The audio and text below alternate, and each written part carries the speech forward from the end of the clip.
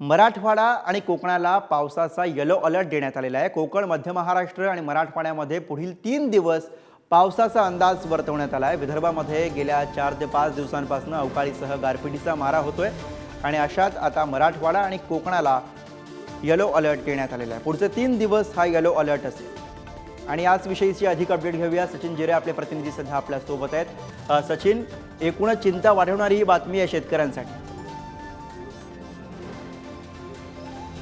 नक्कीच गुरु, चिंता वाढवणारी ही बातमी आहे मराठवाड्यातील शेतकऱ्यांसाठी। जर आपण पाहिलं तर 11 आणि 12 तारखेला देखील गेल्या या मराठवाड्यातल्या अनेक जिल्ह्यांमध्ये पाऊस झाला होता, गारपीट झाली होती, त्यामुळे साहजिक मोठं नुकसान झालं होतं। छत्रपती संभाजीनगरचा सिल्लोड असेल, जालना असेल किंवा इतर ठिकाणं असेल, जालन्यामध्ये तर मोठं नुकसान झाल्याचं पाहायला मिळालं, कारण की साधारण 404 हेक्टरवरती या शेतकऱ्यांचं नुकसान झालेलं आहे। 51 गावांमध्ये हा नुकसान झालेला आहे खरं तर। आणि आता याच पार्श्वभूमीवर जर आपण पाहिलं तर मराठवाड्यातला पाऊस नसल्यामुळे खरीप हंगाम गेला, रब्बी हंगाम देखील मोठं नुकसान शेतकऱ्यांचं झालं आणि त्यानंतर कसंबसं जगवलेली फळबागा असतील किंवा उन्हाळी पिकं असतील, आता यांना गारपिटीचा आणि या अवकाळीचा फटका बसणार आहे। यामुळे शेतकरी मोठ्या चिंतेत आहे। आता जी हवामान खात्याने अंदाज वर्तविला आहे, सोमवार, मंगळवार आणि बुधवार या 3 दिवसांमध्ये येलो अलर्ट जारी केलेला आहे। या येलो अलर्टमुळे खरं तर शेतकऱ्यांमध्ये धास्ती भरलेली आहे, कारण की जर छत्रपती संभाजीनगर असेल किंवा मराठवाडा असेल, हंडाभर पाण्यासाठी